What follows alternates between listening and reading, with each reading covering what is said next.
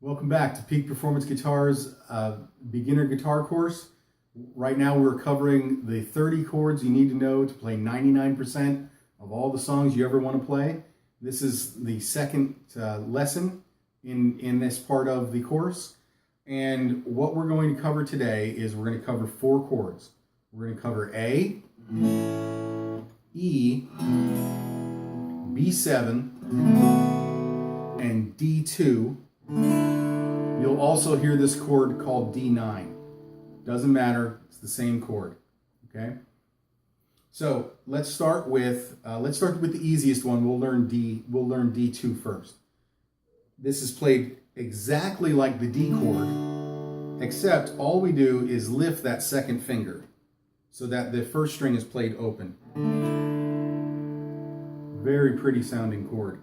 So again, the 4th string, the D string, string number 4 is played open. Look, ma, no hands. First finger is on the 3rd string on the 2nd fret.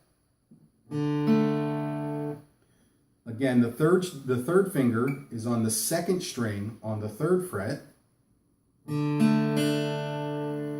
And finally, the high E string, or the 1st string, is played open.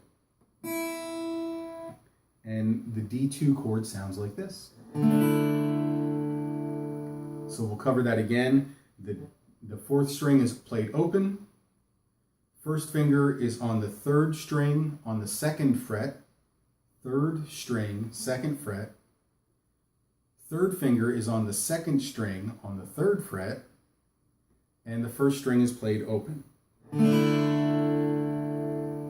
There is the D2. Now we're going to learn the E chord. The E chord is very simple. From the first lesson, we learned the E minor with these 2 fingers right here. Well, we're gonna put those back there, and then we're just going to play. We're going to put the first finger down on the 1st fret of the 3rd string. And so the way we play the E major chord is 6th string is open. And then we're going to use our 2nd finger on the 2nd fret of the 5th string, just like the E minor chord.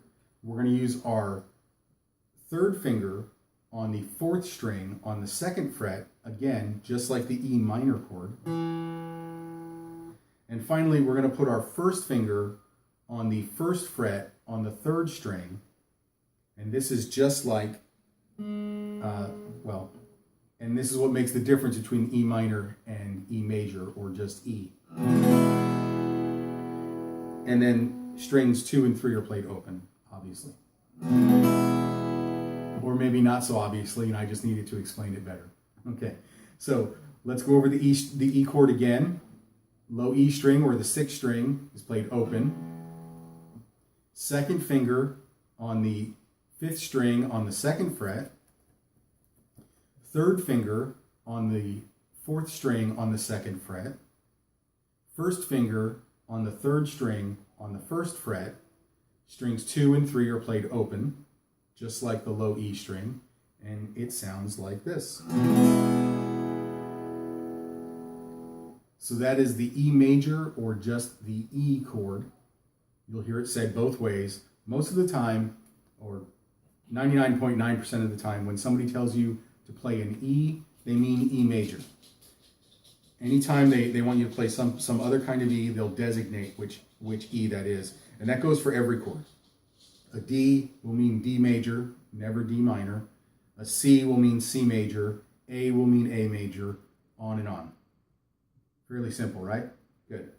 All right, now we're going to learn the A chord. So first we learned the D2. Then we learned the E chord. Now we're going to learn the A chord. And the A chord is formed very similar to the A minor with a little twist. So the 6th string, the low E string, does not play. The 5th string, or the A string, is open. Then we're going to put our 2nd finger on the 4th string on the 2nd fret. And now it changes. Now we're going to put our first finger on the third string on the second fret. And then, so that may feel a little strange at first, but there's a reason we're doing this, and I'll show you in a minute. There's how it sounds so far. Then we're going to put our third finger on, again, the second fret, this time on the second string. And finally, the high E, or the first string, is played open. So all three of these fingers are on the second fret. They're all on the same fret, and that's why I have you arrange them this way. That's one of the reasons I have you arrange them this way.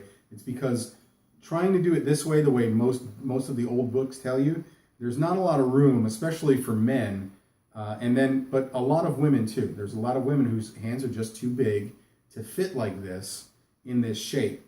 I can do it, but it's uncomfortable, and I don't like the way it sounds. There's too much buzz in there.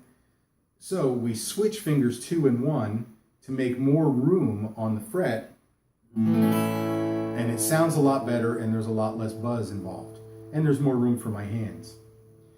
So far we've learned the D2 or D9, however they ask you to say it, then the E major chord, and then the A major chord. Now, another reason I'm teaching you to shape your hand this way to make this chord is because if you just lift, now that you have that shape, just lift the first finger, that's an A7, put it back down, and then just move the first finger back to the first fret of the third string. Now you have an A major 7, and then you still keep the same shape and just lift the third finger. Now you have an A2. And finally, you take your third finger and move it up 1 fret, or some people just use their pinky to do it. I prefer to do it this way with my third finger, but we'll use our pinky for now to make it easier for you. Use your pinky on the 4th fret of the second string and play the same chord. And now you have an A suspended chord, or an A suspended 4th, you might hear it called.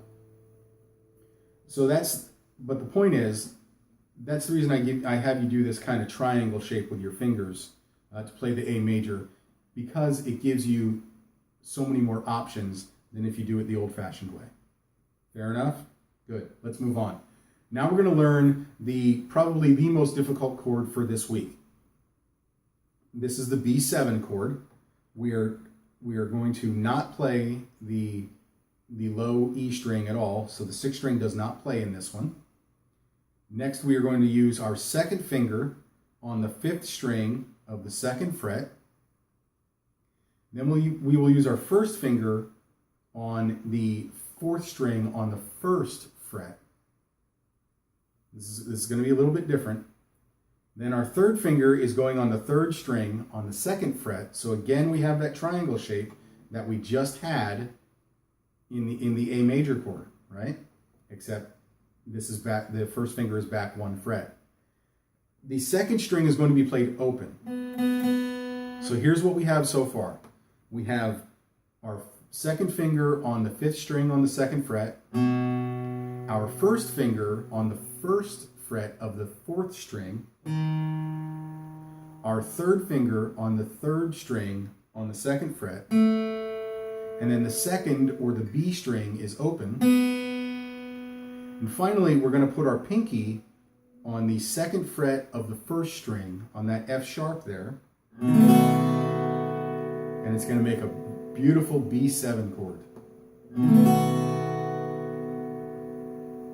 So those are the 4 chords we have for this week. We've got D2,